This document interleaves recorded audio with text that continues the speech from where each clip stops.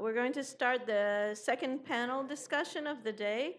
It's going to work a little bit differently, where first each one of the speakers is going to give a short presentation, and then we'll have a panel discussion.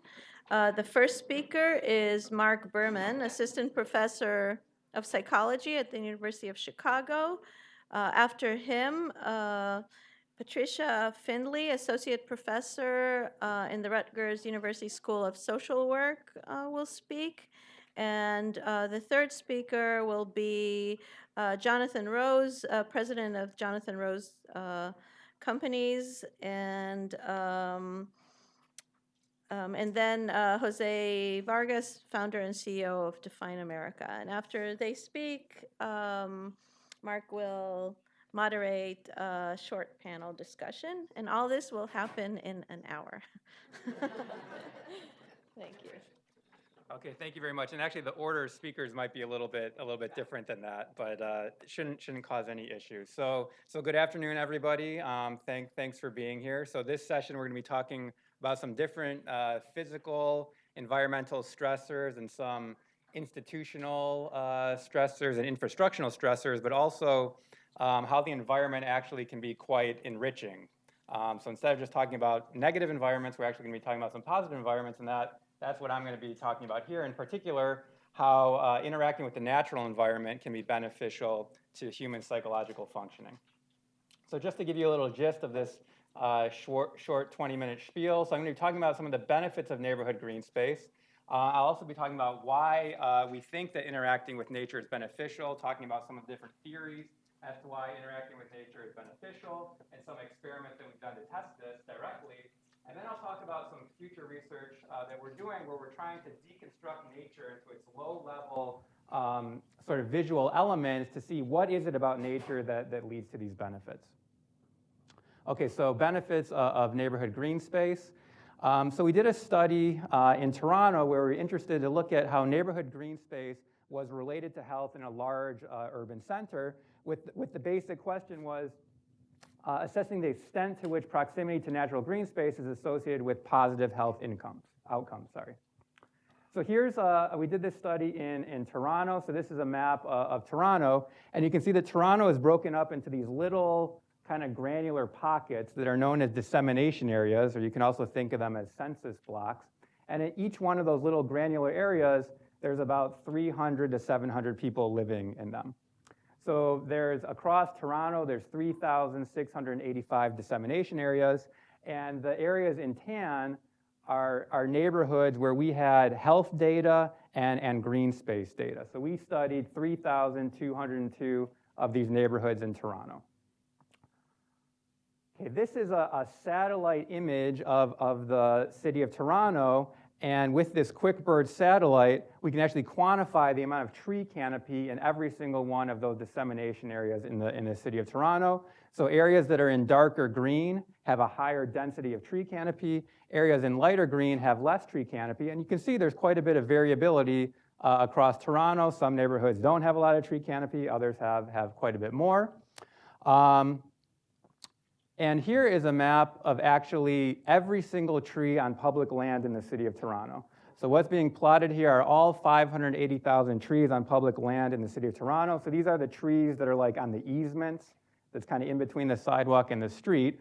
Toronto looks way greener than it actually is. So if we zoom in here on this neighborhood right here, right by Hyde Park in Toronto, you can see all the tree-lined streets that are going into Hyde Park here in Toronto. So we know the species of the tree, of every single tree, and we know the diameter of each tree at breast height. From that, we can quantify how much tree canopy every single one of these individual trees provides. So with these two data sets, we can quantify the amount of green space that's sort of on public land in your neighborhood versus green spaces in people's backyards. So with the satellite imagery, this is getting us all the trees, and we can separate out the trees in people's in public space by subtracting these trees out from the other trees, which gives us the trees in backyard space. Okay, long story short, so that's how we quantify green space.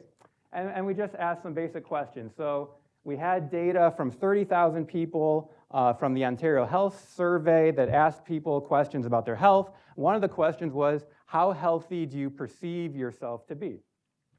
And what we found is that a 1% increase in health perception was associated with having 10 more trees of average size on the street, was associated with a 1% increase in health perception. To get that equivalent, so that seems pretty modest, but to get that equivalent increase in health perception monetarily, you'd have to give every household in that neighborhood about $10,000 and have them all move to a neighborhood that's $10,000 wealthier or make people 7 years younger. So I would argue this is probably the most cost-effective strategy. I mean, time travel is very interesting, but probably pretty expensive.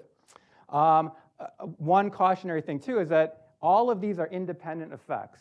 So this is the effect of trees controlling for income, education, and age. This is the effect of income controlling for trees, age, and education. This is the impact of age controlling for trees, income, and education. So these are all independent effects.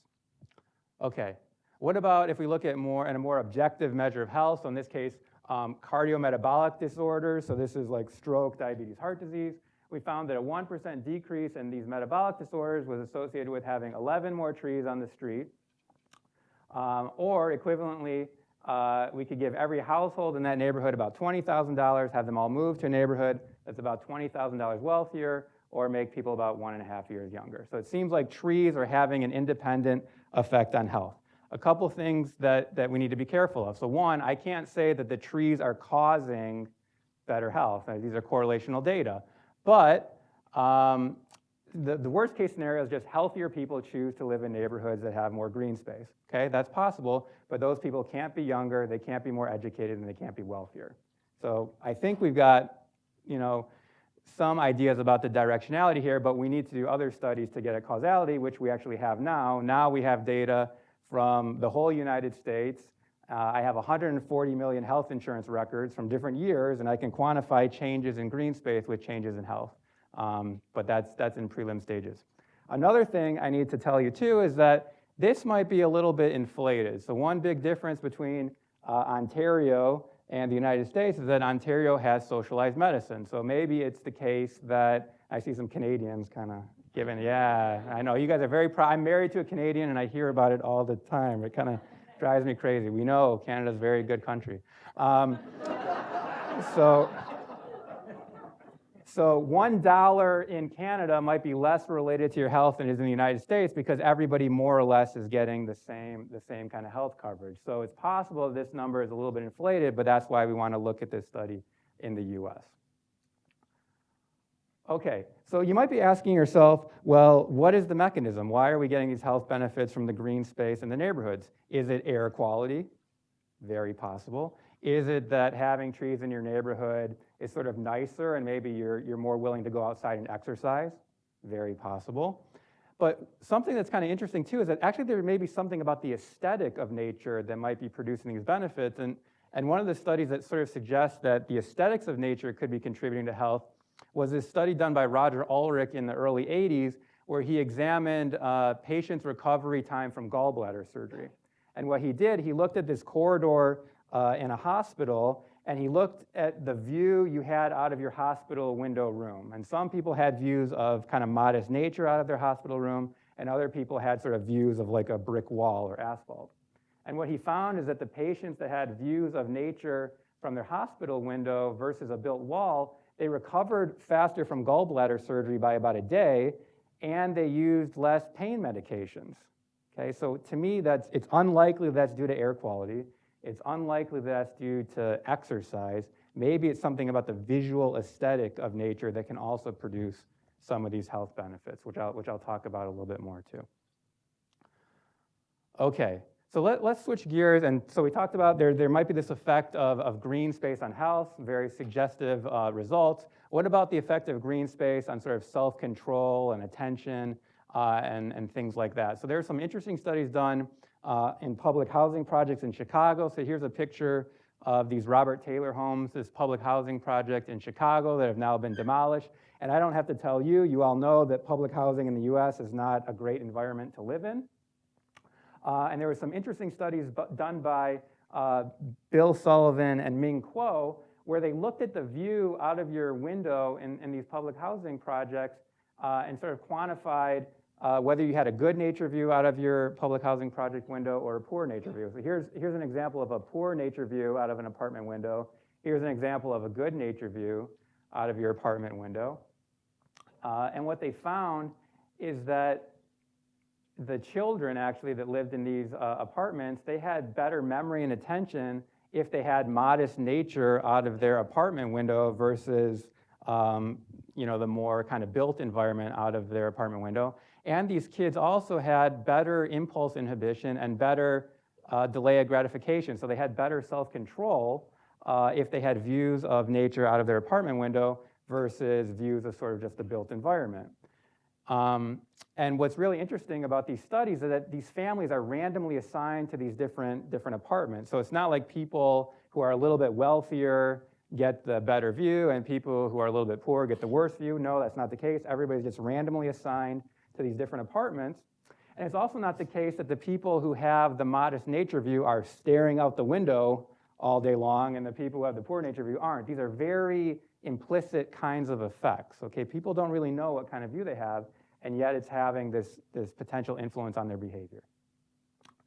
If we look at crime, this was actually from the Robert Taylor Homes, a slightly different public housing project, or the Ida Wells public housing facility, sorry, slightly different public housing facility in Chicago. They found that the amount of vegetation that surrounded these public housing complexes actually correlated with a linear decrease in the amount of reported crimes in those public housing facilities. So if you had more vegetation, more green space around your public housing project, there were less reported crimes in those public housing projects.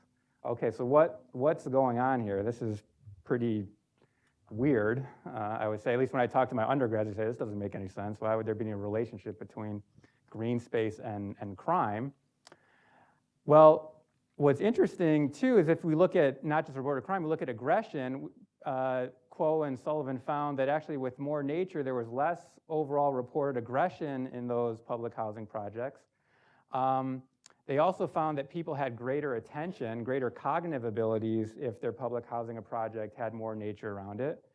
And what's really critical here is that they found that improvements in attention mediated the improvements in aggression. So what that means is, in the model that they're building, is that interacting with nature or viewing nature might sort of restore or replenish your attentional abilities, and that might have downstream consequences on your ability to sort of control your behavior, which would lead to reduced aggression. And I think we've all kind of had that feeling that if you're mentally fatigued, you're sort of more impulsive in your behavior, okay? And this is what this is suggesting, but actually from the flip, that if you kind of have more attentional resources, if you can concentrate better, you might be able to have better self-control. And that maybe what's happening is that nature's improving attention, which then improves self-control. Okay, so I presented a very modest intervention that seemed to have a positive impact on a diverse set of problems, on health, and also self-control. But I don't want you to get this message that, if we plant a bunch of trees and sing Kumbaya, that we're going to solve all these problems. These are very, very, very complicated problems. But what I am suggesting is that the physical environment has a significant impact on our behavior, and we may not be aware of it. So I think that's a really important thing to kind of keep at the back of your mind, and actually might be quite important for us when we think about designing the physical environment. Okay? The physical environment is not really designed right now to give people optimal psychological functioning.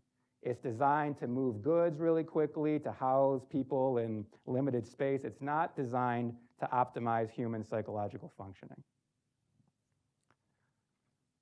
Okay, so why is nature beneficial? So there are a number of different theories that posit why interacting with nature is beneficial, and I'm just going to talk briefly about a couple, in particular this attention restoration theory. So like I said, there's a number of different theories that posit why interacting with nature is beneficial. One is this cognitive theory called attention restoration theory that I'll focus on, but there are other theories like the biophilia hypothesis, which I think a lot of people are familiar with, and nature connectedness theory. So these theories are kind of all about this idea that humans kind of have this inherent love of nature, and in modern times we're kind of more separated from nature, so maybe by interacting with nature we kind of satisfy these innate urges, which can have benefits. People also think that interacting with nature might reduce stress levels, and it's possible that all of these mechanisms may be at play. But I'm going to focus on the attentional theory, this attention restoration theory. Okay, so what are the key elements of attention restoration theory? Well, the key elements are this idea that humans kind of have two forms of attention. So one form of attention being voluntary or directed attention. Sometimes this is referred to as top-down or endogenous attention. And that's the kind of attention where you as an individual person are deciding what you're going to pay attention to. So presumably right now you're deciding to pay attention to me, even though there might be more interesting things that you could pay attention to. You could start surfing the web on your cell phone, you get on your laptop, check your email. That all might be a lot more interesting than what I'm saying right now. But presumably you're deciding to pay attention to me. Now, one problem with that is that we think this ability, this directed attention ability, is finite and can be depleted. So you can only focus your attention on me for so long before you kind of become mentally fatigued and you can't pay attention to me anymore. And I see this all the time when I'm lecturing, right? I'm doing good, 20 minutes, like 35 minutes, I start seeing this kind of stuff going on in the back because these kids, you can't pay attention that long. It's just too hard, right? And it's really bad if somebody is a really boring lecturer. That's hell to pay attention to that person, right? So we all know what it feels like to be in this directed attention state. We all know that we don't have an unlimited supply of it, okay? That's different from involuntary attention or bottom-up attention or exogenous attention. So this is the kind of attention that's automatically captured by interesting stimulation in the environment. So bright lights, loud noises, they automatically capture your attention and you don't really have any control over it. And it's thought that that kind of attention is less susceptible to fatigue or depletion. So you don't often hear people say, oh, I can't stand looking at that beautiful painting anymore, it's just too interesting, or I can't watch this movie anymore, it's just too interesting. You don't hear that very often, right?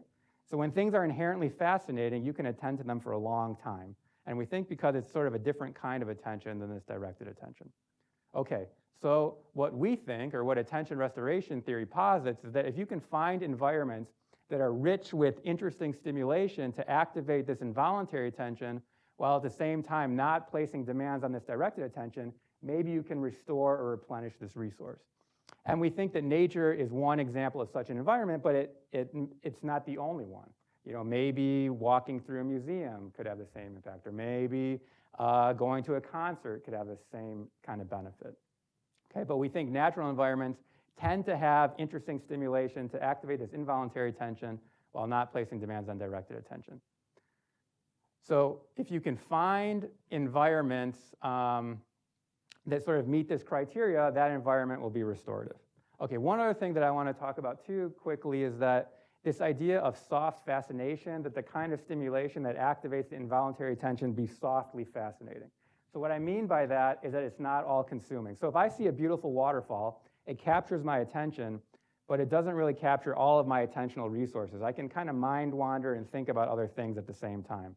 But if I'm watching a really intense movie, it's really capturing all of my attentional resources, and I can't really disengage and think about other things. So we think that the kind of stimulation that activates involuntary attention should be softly fascinating, and we think natural environments tend to have softly fascinating stimuli.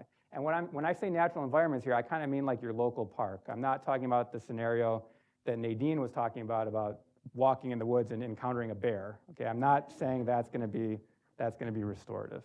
Okay, just to make that clear in case it wasn't clear. So how did we test this? Well, we brought people into the lab. We test their memory and attention. So this is the psychology building at the University of Michigan. We test people's memory and attention in the lab, and then we send them on 2 walks. We either send them on this walk through the Ann Arbor Arboretum, or we send them on this walk through kind of this non-interesting and traffic-heavy streets in Ann Arbor. Okay, they come back to the lab, and we assess their memory and attention again. We also give them a GPS watch, so they don't just go to Starbucks. We know that they actually go on the walk. Okay, they go on the walk, they come back to the lab, we assess their memory and attention again, and then they come back to the lab a week later. Okay, so if you walked in nature the first week, you walked in the urban environment the second week, or vice versa. Okay, so what do the results look like? Well, it turns out that on this backwards digit span measure, which is this really tough task where we say digits out loud and you have to repeat them back in backwards order, you improve by about 20% on that task after walking in nature, but you don't really show any significant improvement after walking in the urban environment. So actually you increase this kind of working memory capacity by about 20% after walking in nature versus walking in the urban environment. Okay, did it matter if you walked in the nature environment the first week or the second week? Nope, didn't matter. Both times you showed the benefit. This is interesting, no relationship to mood. So actually people like the nature walk better than the urban walk, but if you correlate their changes in mood with their cognitive changes, you don't see a correlation. An even stronger demonstration of this is that we had people walk at different times of the year. So some people walked in June, about 80 degrees Fahrenheit in Ann Arbor. People said, Mark, I can't believe you paid me to just go walk outside. You know, this is great. Showed real healthy mood effects, real healthy cognitive effects. Had people walk in January, 25 degrees Fahrenheit. People said, Mark, I was freezing my butt off. Why did you make me go out there? Showed the same cognitive benefit as the people that walked in June. So you don't have to even like the interaction to get the benefit, okay? We did a similar study to get even more experimental control where we showed people pictures of nature versus pictures of urban environments. We get some similar changes, but they're not as strong as actually going out in nature. We've done another study now where we played nature sounds versus urban sounds. We get similar effects after listening to nature sounds versus urban sounds. And so just to summarize, these brief interactions with nature led to a 20% improvement in working memory span. The effects were not driven by mood or time of the year. You get similar effects with simulations of nature, pictures, or auditory depictions. And we actually found effects that are even stronger for individuals diagnosed with major depression. So people who might be in a more fatigued state benefit more from these interventions. And actually, too, there's other researchers, Andrea Faber-Taylor and Ming Kuo, who did studies with kids who have ADHD, and they found that a 20-minute walk in nature was about as good as a single dose of Ritalin in reducing ADHD symptoms. Okay, I'm running out of time, but I just want to tell you real quickly where we're going with this. So where we're going with this is that now I want to develop a taxonomy of the features that sort of differentiate nature scenes from urban scenes to see what is it about, because we're just showing people pictures of nature, we get these effects versus urban scenes. So is there something about the fractalness of nature or the color palette of nature that's leading to these benefits? So now what we're doing is we're taking scenes that have mixed nature urban content, and we're quantifying every pixel's brightness value, color saturation, hue. We quantify how much information is in nature scenes and urban scenes. So this is a measure of entropy, which is not important to get into detail. We quantify all the curved lines and straight lines in these scenes. And from all this information, we can predict how much people like the scenes, how natural they think the scenes are. But now what we're wondering is, if you showed people just kind of scrambled stimuli of these scenes, would you get kind of similar effects? Or do you actually have to know that it's nature to get the benefits? So I'm running out of time here, and actually this is not how the end of my presentation was supposed to be, but I'll just go to the general conclusions here. So brief interactions with nature can produce significant benefits. Neighborhoods that are greener seem to lead to people who are healthier. Daniel Burnham, who was a landscape architect in Chicago and kind of designed the waterfront, said make no little plans, and we're not making little plans either. We want to figure out what it is about nature that's producing these benefits so that we can design the built environment to optimize human psychological functioning. Okay, and with that, I'm going to turn things over to Jose.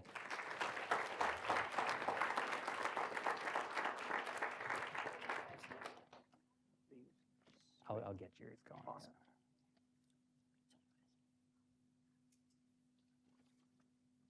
I guess I'll do the same for her. Okay. Great, thanks, man. Hi. It's been very overwhelming being here all morning. I've never met so many pediatricians in my entire life. And looking at the bio, by the way, I've never been introduced with my degree from college.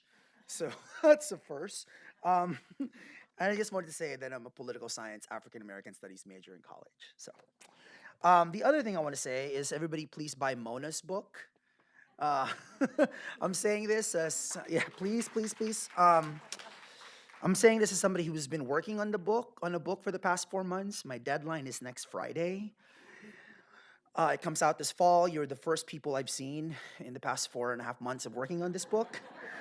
So thank you, Barbara, for inviting me here. I have to really say profound and immeasurable thanks to Barbara, because she was one of the first people, certainly in philanthropy, to kind of understand the depth and the necessity of the work that we do. I'm saying this because, like, in the past 7 years of doing the work that I do, I've done probably more than 1,000 events in 48 states. Been traveling like a crazy person, dealing and engaging with every kind of American you can imagine, including Tea Party members, people that want me deported and arrested. And in all of those gatherings in the past 7 years, this is actually the first time I've been invited to talk about mental health issues when it comes to immigration. I guess I shouldn't be surprised that Barbara will be the person to invite me into a mental health centric gathering. So I'm really, really happy to be here and to talk to you about the work that we do, and sitting here all day thinking about how the work that all of you do fit into the work that we do. Isn't that the most horrible photo you've ever seen? Almost 7 years ago, against the advice of 27 immigration lawyers, and at the height of my professional career, I was a writer for The New Yorker, and I just finished my first documentary film that aired on Showtime. After doing all of that, I decided to risk my entire career, including my physical safety, to come out as an undocumented immigrant.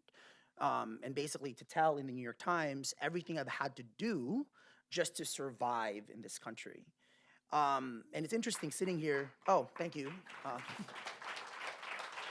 And it's interesting sitting here today thinking a lot about like trauma and mental health issues, because I don't think until working on this book, I've really dealt with the trauma of being in an airport in the morning in Manila, and my mom said I was going to America and that my suitcase was packed, and she said bye. That was August 2nd, 1993, and I haven't seen her since. So I don't really know how to unpack that. I don't know all the emotion, like it's a lot, but I'm trying to unpack it within the context in which you all do your work.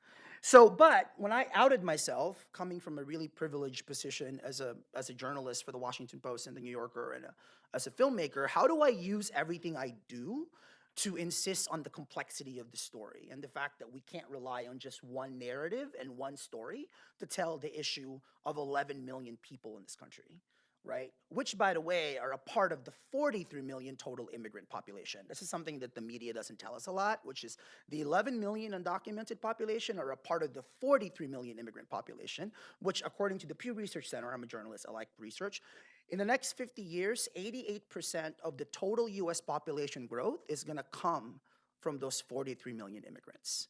So this is a country that can barely talk about black people without having a panic attack, right? That is undergoing this dramatic, unprecedented demographic shift, and we can't really even talk about immigrants as normal human beings outside of policy and politics and not see them in the complete humanity that they are, right? So we did this organization, and our goal is how do we use stories, right, to disrupt and correct and challenge the way the news media and the way entertainment media portray and perceive immigrants. So for example, 2 weeks ago, you probably saw Grey's Anatomy, it's a good one of the few most watched shows in television. Part of the work that we do at Define American is if you're a Hollywood screenwriter, producer, director, and you want to integrate an immigrant storyline into your show, you contact us. So after DACA was announced that President Trump was ending it, one of the first people to reach out to us was Shonda Rhimes. Shonda said, how can we put a DACA storyline in Grey's Anatomy? And we sent undocumented medical students. There's about 100 that we know of, about 100 undocumented medical students in the country today. So we sent 4 of them in the writer's room of Grey's Anatomy, and that's how they did this episode, right? So that's part of what we do at Define American. And when I was asked to speak here, I was thinking about at Define American, all the stories that we hold. If you go to our website, which I'm sure you will, we actually house the largest collection of undocumented immigrants online. And those stories are being used with respect to the people who write the stories to help tell this issue to any journalist or any writer that want to understand what it is. So for example, I get a lot of emails. So I got this email a few years ago, I want to share it with you, that really kind of knocked me out of myself, because I got it while I was in an airport. I fly a lot. There's only, by the way, 12 states that allow people like me to drive. So my only form of ID is my California driver's license. So that's how I fly. I'm sad to say that Massachusetts is not one of those states that allow us to drive. So I'm on a flight somewhere, and I get this email, and the email says, "Hello, Jose. I have been here for 25 years, and I really want to know more of my country. I want to visit New York, Las Vegas, Orlando, Hollywood, but I'm afraid to go to the airport because I don't have any documents. I follow you on Twitter and always wondered, how do you do it? I hope one day we could fix our situation and I can get to know my country." The subject line, do you see that? Flying. I called him. He's 43 years old. He lives in Oklahoma, and he's never left Oklahoma since getting here and working odd jobs. I'm going to share another email with you that I'm hoping right now nobody takes a picture of or tweet. It's just between us. I'm just sharing this with you. We just got this a couple weeks ago, April 23rd. You can see right there. I got this email from a teacher I met in Illinois, 2011. And it's an email basically saying, because when I went to visit her, I had spoken to her high school, which had a sizable undocumented student population. She sent me an email to tell me that a student that I hadn't even met had actually committed suicide because of what's happening with DACA. And she reached out and just, asked that maybe I do a Skype with the students, which I'm about to do next week. But we found out more information about this, and the student was 17 years old and had gotten DACA, but wasn't sure what was going to happen with DACA, and decided to take his life. And this is happening, by the way. I mean, we're very careful about these stories because we don't want any copycats, right? We're just careful about how we examine these stories and how we help tell them because we don't want to inspire any. But to me, what's interesting about the story, a lot of things. One is the teacher is now struggling. How do you talk to other teachers and how to deal with this issue all across high schools and colleges across this country? The other thing is when we found out that the student, when he died, his mother, when he applied for DACA, can you imagine applying for DACA, paying the government $500 so it doesn't deport you for 2 years? One of the things you check is would you want your organs to be donated in case you die? He said yes in the form. And so now this young man's life lives on in 8 people's lives. His organs were used in 8 lives, all of whom are American citizens, I just found out. So that's part of the mental toll of this entire thing. Something positive. A few days ago at Define American, if you look, when you go on Twitter or Instagram, we started a hashtag called Immigrad or UndocuGrad, just to get undocumented students to share their stories during this graduation season. And this young woman tweeted, "When my high school discovered I was undocumented, my scholarship and in-state tuition were taken away. I told my papi that I was going to drop out and work instead. My papi told me he'd cut his arm off before I dropped out. We made it work. Today I graduated and here's why." I don't know if you can see that. This has been liked almost 1 million times just on Twitter and retweeted about 200,000 times. So this is the kind of information that comes from this one Twitter feed that has now, provided a lot of inspiration for people, right? This is why we have this program that's been really critical, and this has really grown because of the support of the JPP Foundation.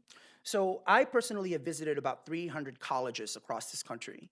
What I've realized visiting these colleges all across the country is that the campuses and the students don't know how to talk about immigration outside of the DREAM Act, right? So we started a college chapter program. Started off as a college chapter program in which any college student, regardless of immigration status, can join this program so they can talk about what immigration, identity, and citizenship means in this country today. So I'm proud to say that we have 56 college programs in 26 states across this country.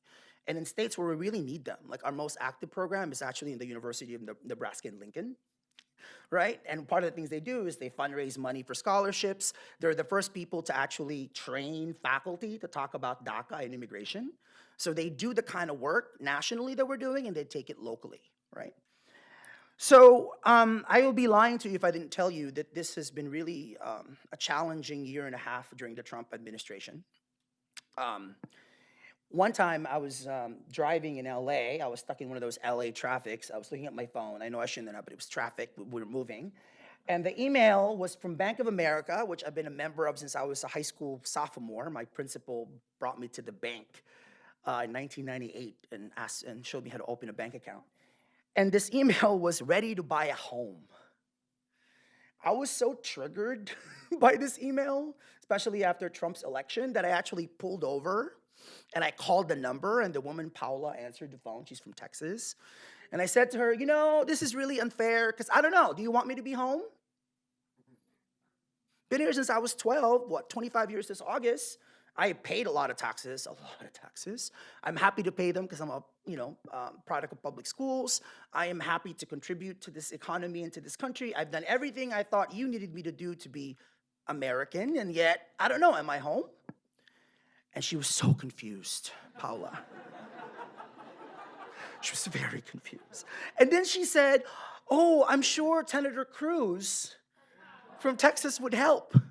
I said, no, Paula, I don't think he would.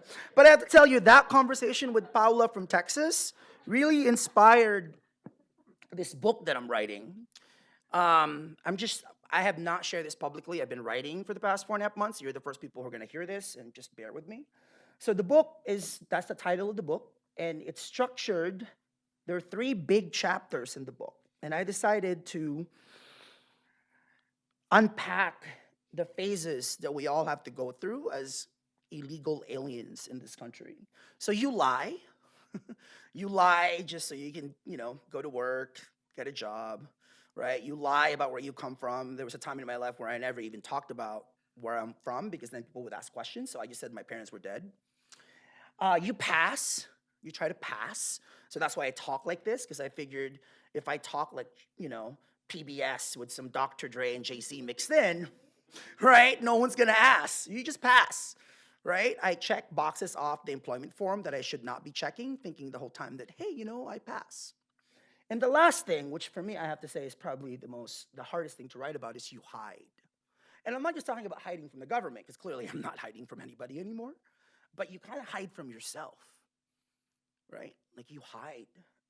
You hide from your family. Like, I don't really know how to talk about my mom.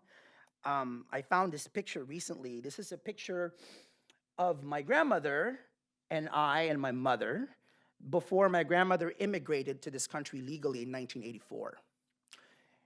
My mom is still on the waiting list to come, because if you're from the Philippines, Guatemala, or India, that's how long you have to wait. She can't even get a tourist visa because she's not a college graduate and she doesn't own property, right?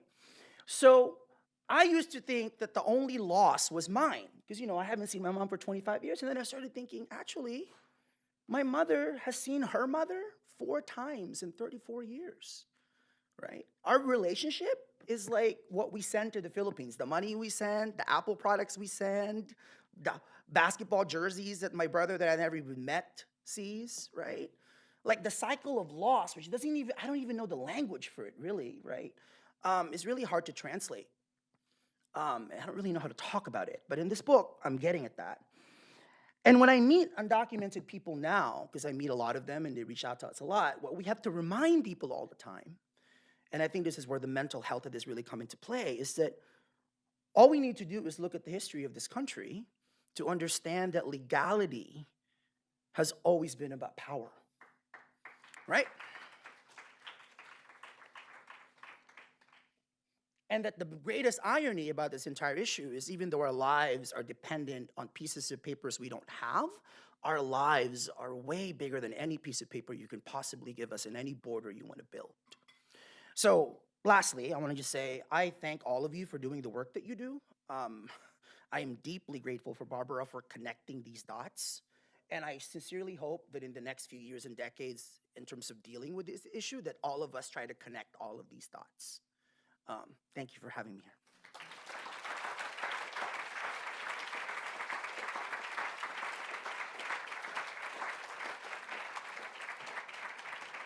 Can you help? Can you help me? Yeah.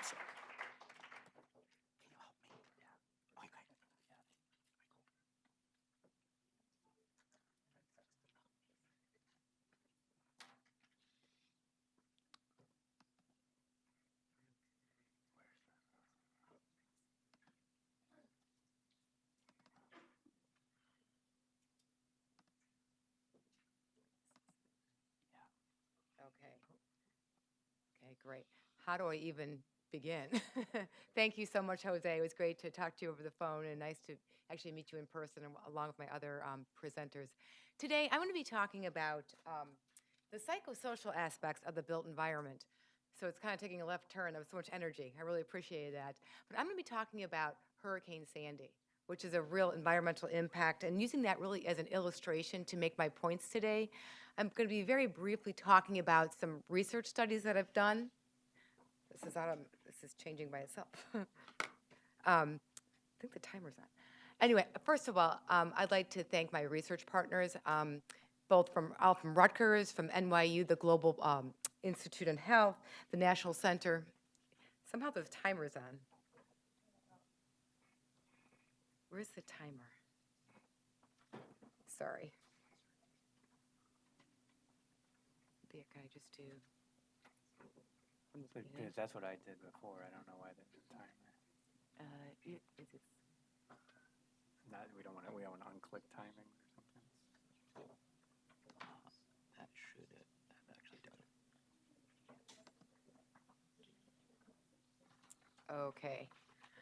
Okay, so we'll start from here. We're going to go with the flow. Okay, Hurricane Sandy made landfall on October 29th, 2012 in New York and New Jersey. Did any of you live through Hurricane Sandy? Okay, it's been almost 6 years. It's been 5 years at this point. It was devastating. And I know we lost power. It was a horrible time, particularly for my students who lost internet connection and cell phone connection. It was a tough time for all of us. I spent 4 hours waiting for gas to fill my generator that would only last for a couple of hours at a time. I had the opportunity, though, to conduct a study called the Sandy Child and Family Health Survey, SCAFH. We initially wanted to do a survey to assess the impact of the hurricane on New Jersey immediately following Hurricane Sandy. We were funded by the Department of Health through Social Security block grant funds. If any of you have ever done any work for the state, nothing happens immediately. So we began 2 years later, and we turned our study not into an immediate study, but more the long-term impacts of Hurricane Sandy on the environment. Okay. Our sample was, we had 1,000 randomized individuals that we pulled from New Jersey in the most affected areas. We had a cohort that was representative of over 1 million New Jersey residents. We did do interviews door to door. We had tablets, we had research assistants that went out and actually asked an hour worth of questions to each individual household. The households had to be permanent residences. They were not vacation homes, they weren't rental homes. These were homes where people actually lived. We were really interested in that impact over time. This was our disaster footprint. We used census block groups that satisfied any of the 3 criteria, including storm surge, how much was impacted, the individual assistance claims, and the housing damaged itself. So we had over 400,000 homes, and as I said, our sample was 1,000 individuals, representing 1,000 households in New Jersey. This is just a quick snapshot of our unadjusted and adjusted survey data. I really want to point out that over 2/3 of the sample was in the southern portion of New Jersey. As we saw in the last slide, New Jersey's coastline is basically in the south. The north is up closer to New Jersey for those who aren't familiar with it. And over 1/3 of our sample did include children. Okay. Questions that were specific that really related to children in our survey that focused on health was, what was the relationship between disaster exposure and health outcomes? And then how are they affected by the storm? So we did look at the dose-response relationship between exposure to disaster and health outcomes. We looked at population as well as individual exposure, physical health, emotional health, economic well-being, and social well-being. It's interesting to note that when we're looking at the exposure to disaster and the impact on mental health distress, direct harm, you're 2.1 times more likely to experience mental health distress if you had physical harm, direct harm. But also just direct contact with floodwater or debris also increased the likelihood of mental health distress as measured by the short form 12. Okay? Exposure to mold, and I wouldn't have thought about this previously, that mold alone, exposure to mold, you're 2.1 times more likely to have mental health distress if you're exposed to mold. Okay. And the impacts on children living in homes with minor damage. Now, we did look at major, minor, and no damage, and we did some comparisons between them. Those with minor damage were at particularly high risk for psychological and emotional issues. Compared to children from homes with no damage at all, these children in minor damaged homes were 5 times more likely to be sad or depressed, 5 times more likely to be nervous or afraid, and 8 times more likely to have sleep problems since the storm. And after hearing from Frank, now it has a lot more meaning for me. In homes with damage, 22% of children have been diagnosed with depression or anxiety, and that's an actual diagnosis, compared to 2% of children in homes with no damage. Following this study, we asked for some additional funding from New Jersey Department of Children and Families, 5 years post-Sandy, to do some drill down into talking to some of those early sample participants about their lasting impact. So we had IRB approval, we went back, we contacted them, we held 12 focus groups of parents and then adolescents. We interviewed children, young adults, 14 to 23 years of age, who were between 9 and 18 back during Hurricane Sandy. These are the kinds of questions that we asked our focus group members. We were interested in the ongoing impact, exposure, and outcomes following Hurricane Sandy on their academics, their behavioral health, social, and what was the teenagers' response to the storm, both from the perspectives from the parents as well as the teenagers, and what were the ongoing issues related to Hurricane Sandy. I've got to say despite the questions, my most surprising outcome from that study was the mother-son duo that walked across the street from the local hotel where they were still staying 5 years later to participate in our study. So these individuals were still not in their homes. Their homes were not rebuilt 5 years post. So some of the, very briefly, some of the perspectives from the qualitative interviews on sharing feelings. 14-year-old male who had been 9 at the time said, it was not easy. I'll start with my parents. It was not easy on my dad because it's kind of similar to what you said. The storm caused him to be out of work for 2 weeks because there's no power in his office. So he lost money doing that and almost lost the house. I don't know how. He never tells me anything. Other female said, no, because mom didn't tell me. She didn't express it to me. So for over these 5 years since the storm, these feelings are not being shared between parents and children. Here's a mother, says, I think my husband and I tried to keep the kids from understanding exactly what we were going through emotionally. I think my kids took this very well, like it didn't seem to bother them that much. They didn't seem. Well, across the hall, I had the daughter. And just, Sandy was like when mom kind of let it all out. And it was just really hard for me to watch because I realized our parents were struggling too, and we couldn't do anything to help them. So here, 5 years later, parents and child's perceptions are very different.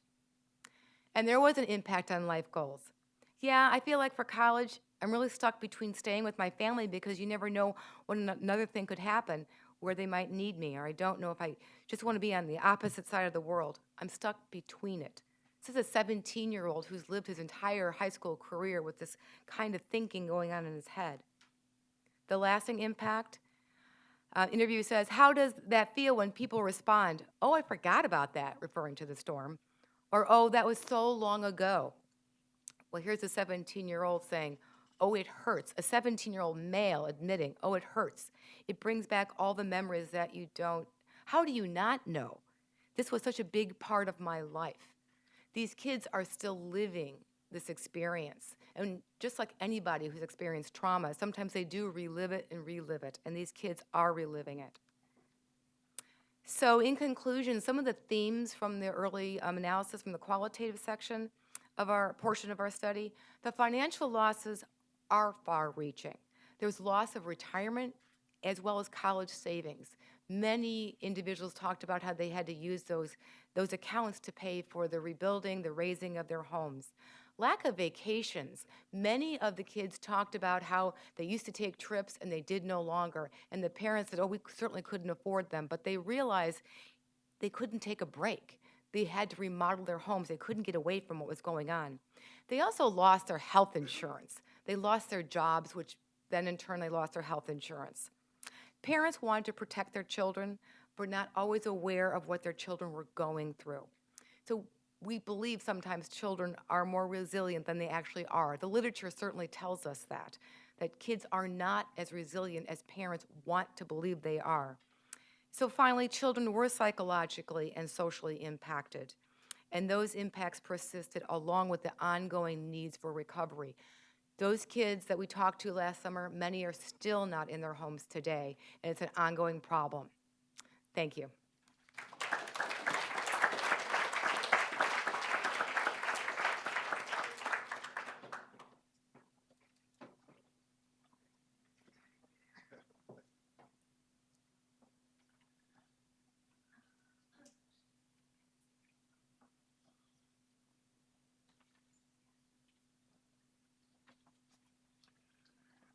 Thank you. And I also want to add my thanks to Barbara. I first came to this symposium 6 years ago was the first one.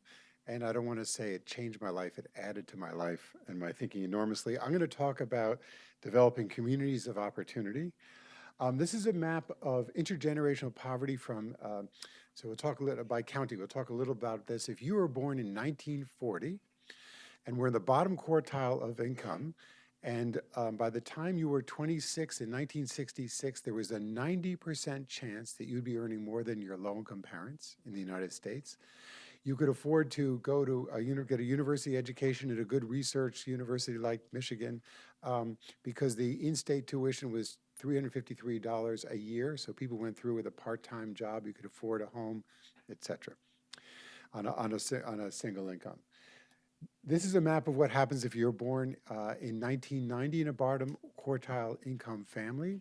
By the time you turn 26, there is a 2/3 chance you were learning less. So you turn 26 in 2016, you're earning less than your low-income parents. There's not a single county in America where if you work a full-time minimum wage job that you can afford the median rent in that community. And in-state universities now averages $12,500 a semester. People can't afford the student debt, et cetera, et cetera. So we have moved from what was truly a land of opportunity. And by the way, when I said 90% of people did better than their low-income parents, that also included across all races. African Americans who were born in sharecropper families in the South moved to the North and got union jobs. And today, this is not only the lack of opportunity is highly distributed by race, but also by county and location. There is a geography of loss of opportunity in America. The landscape of opportunity is not equal. The deeper the red in this chart, the worse the landscape of opportunity. And then we know that a whole series of factors, I'm not going to go through them all, but with artificial intelligence and automation and many other robotics, amazing things coming out of MIT and other places, that we're losing all of our jobs. And by the way, this is real. This is not a joke. And in fact, many, fast food owners know that when communities pass $15 an hour minimum wage with health benefits, it's cheaper to run your place with something like that. Because of the lack of time, I'm going to actually skip through some of this. But the key question I've asked is, how do we equalize the landscape of opportunity for all citizens, all residents in America? And what we have seen today, I actually view as some of the key lessons that opportunity is deeply related to toxic stress in our mental health. There are these key elements. It starts with affordable housing. So one of the key things that we've learned from much of what we've heard today is how important stability is as a base. There are 20 million American families today who spend more than 50% of their income on housing and suffer from what we call housing instability. And so we must really start with that as a base. We know how important education is, and again, what we've learned today is how the ability to be educated is so affected by our mental health. And that is why healthcare is key. Parks and open space, we've heard all about the benefits of trees. Neighborhood serving market, we have not talked much today about nutrition, but that's another very important element. Arts and culture is actually critical, and one of the amazing things, we'll see a little bit later, in our company's work in low-income communities is when we ask children and families what do they want, one of the first things they want is arts and culture, and arts and culture deeply tied to the ability to have symbolic thought, and symbolic thought is the cognitive ability that will lead us through the change in the employment of automation. It is not a flavor. It is not a nice after-school thing. It is the core of being civilized. Access and transit, low-income people often spend 30% of their income getting to and from work. Livelihood or jobs, and spiritual is there because unless we are a society that has a commitment to pervasive altruism, unless we are a society that deeply believes that all sentient beings, human beings and nature deserve equality, we will never achieve all. We know how to solve these problems, but we won't get there. The other thing I want to say about spirituality is I was very pleased to see in many examples that people are using mindfulness meditation as one of the pathways out of toxic stress. And what we have learned in actually interestingly in work in refugee camps is that when people have a mental framework that gives them a larger sense of the universe, it makes them much more resilient and able to integrate trauma. Okay, we can measure these things, and so now I'm just going to show you two examples of how we're trying to apply these in the built environment. This is a project that is in design. It's called Sendero Verde. It will start construction in about 6 months in New York City. It is 600, and it's on a full city block in East Harlem, 111th to 112th, Park to Madison. And it was conceived of how could you reimagine a community of opportunity. And so, first of all, we deeply believe, there was another presentation on the effect of environmental toxins. We deeply believe in low toxic environments and low energy consuming environments. And so it's being built to passive house standards, which is one of the very greenest ways that you can build. The 667 units are in 7 income bands that go from formerly homeless to 130% of area median income. We deeply believe in income diversity, that diversity in communities is really essential. On the health side, there's a partnership with Mount Sinai for a 30,000 square foot community serving health clinic. On the education side, a partnership with the Harlem Dream Academy for our 110,000 square foot charter high school. And a previous project near a few blocks away, we built their elementary and middle school. Partnership with Union Settlement on senior services and after-school services with a local community group called Akasha on arts and culture, a daycare center, 4 community gardens on the health and nutrition. We're working on many job training and other elements. So we need to move from a monoculture of saying our solution is housing, or our solution is healthcare, our solution is education, and we need to imagine models that integrate them all. We even know as educators that our kids do homework, that home, work, and school, they're all tied together. One of the things Nadine said in a previous year was how important it was the integration of the housing system and trauma-informed housing management, the healthcare system, the education system, and the family social support system. Those all had to be integrated. So we're trying to imagine how do you do that in physical place. There's a courtyard which is designed in alignment of the sun, and so that point about contact with nature is a really critical element. We also have arts and culture. We have an amphitheater and other things built in. But in dense urban areas, we believe it's so important that people get to experience deep contact with nature. All right, I'm going to skip this and I'm going to move on now. Our company last year was the largest acquirer of existing affordable housing in the nation. We've been buying affordable housing, preserving its affordability, so that's providing that stability for families, and then integrating these elements of opportunity. And it's much easier to imagine some amazing new place, and if you can put together the funding, build it, than it is to actually retrofit the places where poor people live. This is Squire Village, and it is located 7 miles in Manchester, Connecticut, 7 miles east of Hartford. It's a working class town that is suffering through job loss and decline. There are 365 units here, 1,000 people, and about 350 children who live on site. There were 0 community facilities or community resources when we bought this a couple of years ago. We were able to renovate it using a combination of low-income housing tax credits and tax-exempt bonds. We made it green using the Enterprise Green Community Guideline, which focuses not only on energy efficiency, but significant reduction of toxicity. And we put 200 kilowatts of solar on the roof. But we also built within that budget a $2 million community center. And one of the things you will find in the affordable housing and community world is it's very hard to get everybody wants to function with focus funds on basic needs. It's very hard to actually get resources to be able to do something like this. But there are 1,000 people on site, and they needed a place to gather. So we built this, and many people look at it and say, but it looks like a country club, you know, like at the comment meeting, that's for low-income people. And we say, yeah, exactly, that's for low-income people.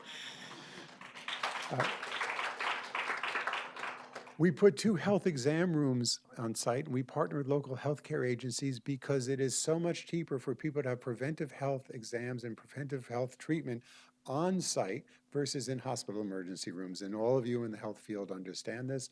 And actually, if you look, a lot of our residents are reimbursed through Medicaid or Medicare, and even those who aren't, it's cheaper to be providing this preventive service on site. We are seeing the integration of health and housing as an enormous field of opportunity, not only for well-being benefit, but also for cost reduction. We believe in what we're calling a behavioral pharmacy of prescription. I didn't actually come up with that phrase. Elizabeth, what's her name? Marc from California did. I should give her credit.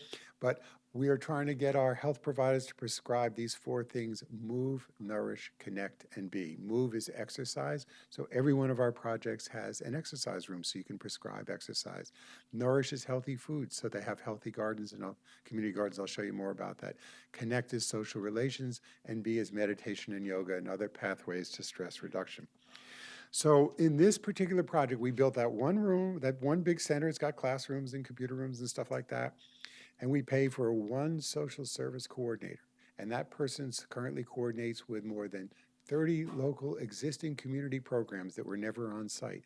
The library, so for example, in the health exam room, we now know when a mother is in prenatal, and we connect them with the library, who then talks to them about the 30 million word deficit, and brings them books for free and teaches them how to read to their kids.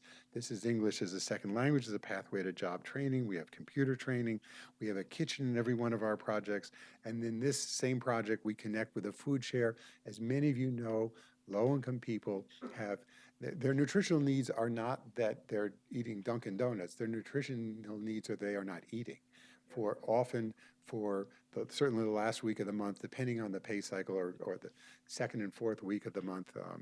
And so we're bringing healthy food. Lori Stanley, who's running this project, is in the room. How many pounds did we bring? 22,000 meals a month we're bringing to these residents. It's a fantastic answer, but it also shows this is America, the enormous gap. And then the food share organization is providing, these are families that didn't grow up eating salads and these are and growing vegetables. So then we teach them about how to prepare nutritious meals. This happens to be a project in Newark, raised beds for seniors, but we're putting community gardens in all of our projects, which has, again, the benefit of connecting with nature, but also growing healthy food. And we're putting computer education centers in each one of our projects and doing after-school programs. This photograph was taken by the guy who hooked up the computers.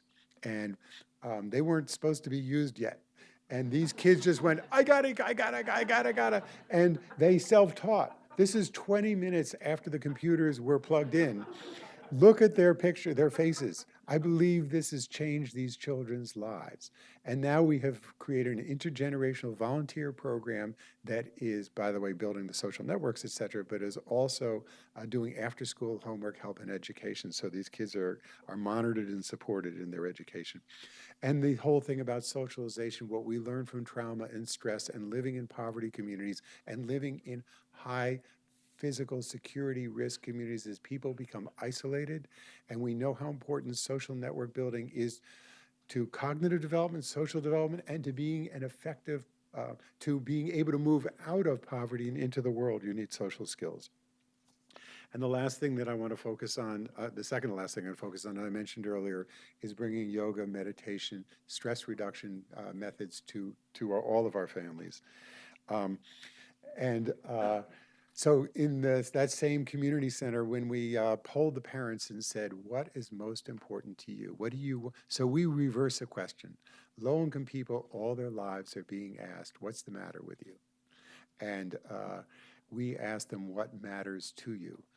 And one of the things across our projects that parents say is arts and culture. Teach our kids arts, bring them music. And so we work partnering with the Newark Art, this happens to be in Newark Arts Council. We've been bringing all kinds of arts programs to our kids.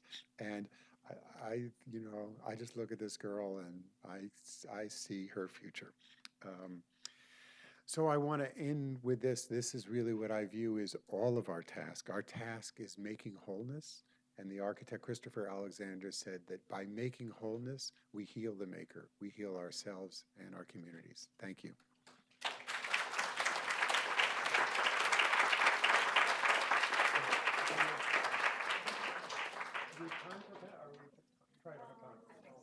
we are running a bit late, but we don't want to totally skip the panel discussion.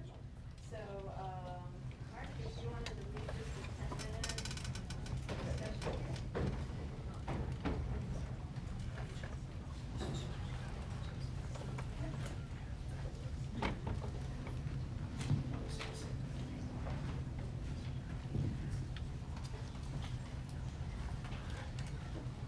I guess I wonder if maybe the best thing would be just to ask you, the audience, what questions do you have for any of us? And you guys can turn off the projector. Yeah. John and Marc, I'd like you to have a debate or discussion, because I heard from you, Jonathan, you are integrating nature into this environment. You don't need the evidence. And Marc, you're creating the evidence. Why do we need the evidence? Well, one of the reasons why we need the evidence is because somebody, you talked about power. Or somebody, was it you talked about power. And power and money are unfortunately deeply related. And if we're going to change funding streams, so again, just the way I said arts and education are viewed as like a little surplus benefit, nature is often now is treated like a little extra benefit. But if we can really make a powerful evidence-based case for it, maybe we can change some funding streams to get more nature woven into cities. We also, by the way, need to change the zoning codes to permit it. I guess I'd add one more thing to that, which is you have to be careful. I mean, intuition is not always correct. I mean, people thought the world was flat. That was very intuitive at some point. So we need to know if it really is working and how is it working, because then we can design it optimally.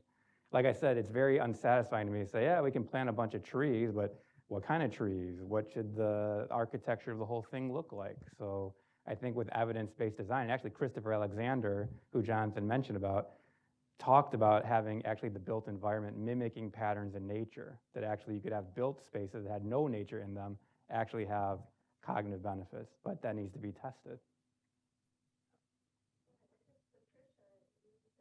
Being funded by the state of New Jersey. Oh. So what did they want to do with this research? Oh, can you use the mic, please? What's the purpose? Okay, the question was why was the state of New Jersey interested in funding our study? Because they really do want to make some impact, because we're always prone to more hurricanes. They really wanted to use it to educate the state of New Jersey and the residents of the need to raise the homes. That was definitely one of the things that we wanted. The unintended consequence of our survey was at the same time there was some new funding for autism in the state, so we detected more autism in our state. So I think now they've got to do some work around autism. So we were actually doubly surprised with that. So we were very lucky from the Department of Children and Families. They were very interested in helping them collect data about the state to increase the number of programs to help these kids.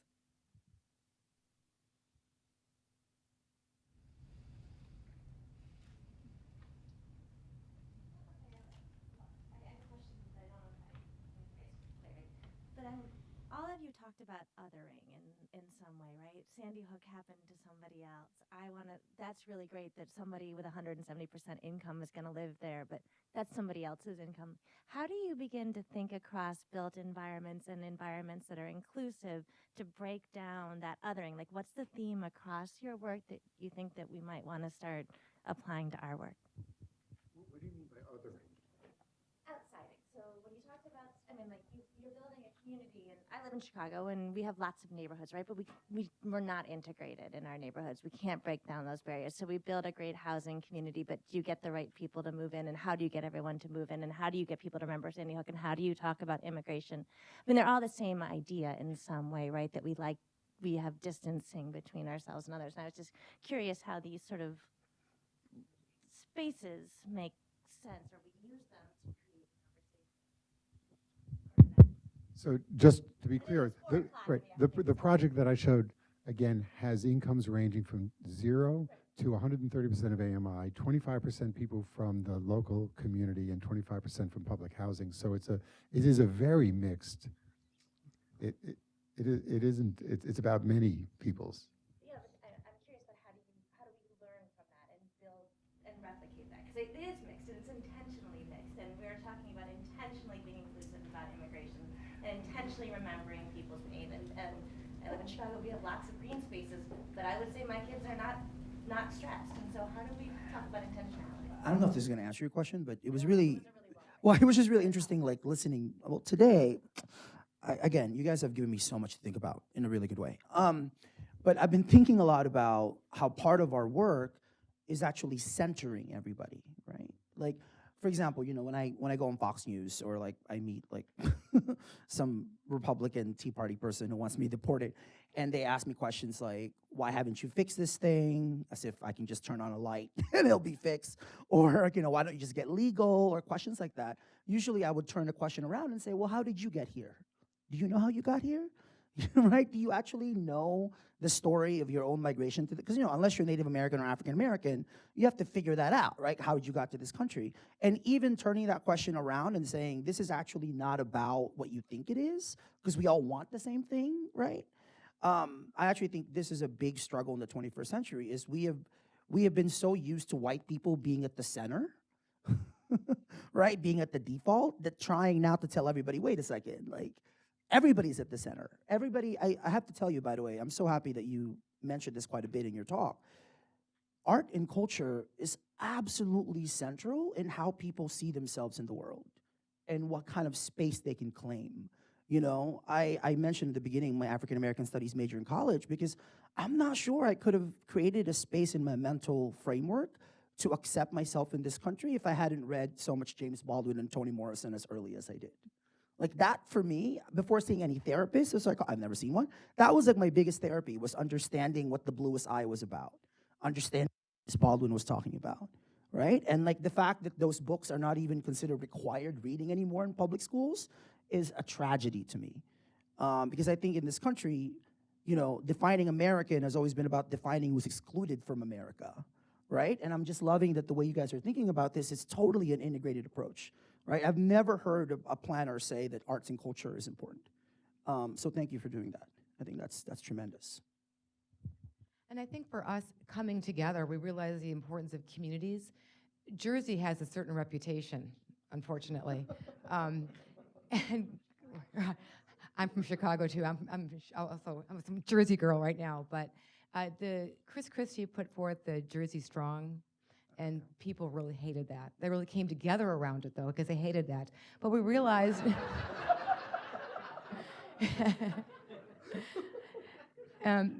and in the south of Jersey, there's a recent study that the state put out that you die more quickly in the south. And I've gotten a lot of calls from media to help explain what I think that might mean. Well, in the south, they're older. There's a poverty issue there. People are poorer in the South. Access to grocery stores and to healthcare clinics is less in the South. But we did ask a question in our survey about how important community was to you and who was your resource and how did you help rebuild. And we did find that the South, actually, they do come together more, and community is a very important piece of that. And because in the South, a lot of the elderly were like a natural occurring retirement community, the Norks, a lot of the elderly died because their community died around them. So we lost a lot of our elderly. But being together, creating community, coming around something was really important for us.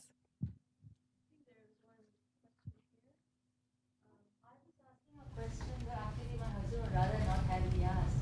But no, I think honestly, I find I find your comments very offensive.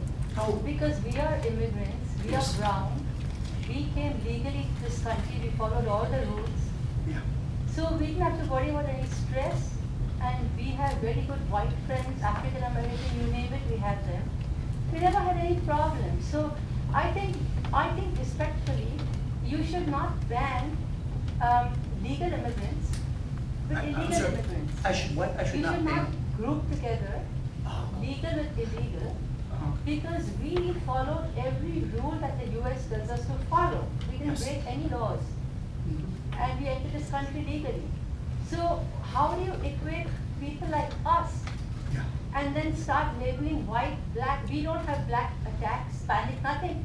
Black people are our brothers and sisters, as are white people. We accept everybody. And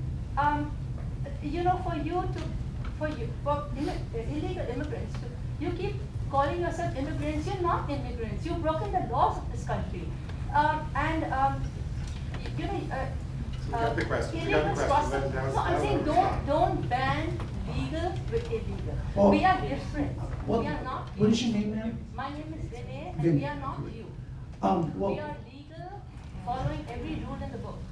by the way, thank you so much for speaking up, because I hear this a lot, and it's really important that we address it. So the reality is, let me just kind of personalize this a little bit more. So I'm one of 34 people in this country for my family, right? Filipino American. Out of 34, I'm the only one who's undocumented out of 34. Meaning the 33 people either got here legally or were born here, right? The reality in this country is you cannot separate the 11 million illegal people. And by the way, ma'am, so I am here illegally, but I as a human being cannot be illegal because that doesn't exist. People cannot be illegal. Wait, no, hold on, ma'am, I let you ask the question. Let me just answer it a little bit more. What was that? Generous.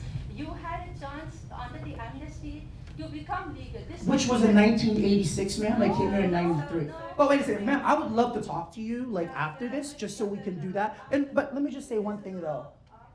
Well, actually, this is actually really on topic, because this is what America is about right now. I would really love to talk to you after this, but let me just say respectfully though, right? If tomorrow when I fly out of Logan Airport, if they arrest me, fine. I've been ready for that for 7 years, right? I am ready for that. I am not hiding from my country. I would actually argue that my country is hiding from me and from us, right? So, ma'am, no, it's not a badge of honor, ma'am. And again, I talk to you afterwards. Look, I'm gonna be here. I'll give you my number. We can talk. But thank you so much for asking the question. I appreciate you doing that.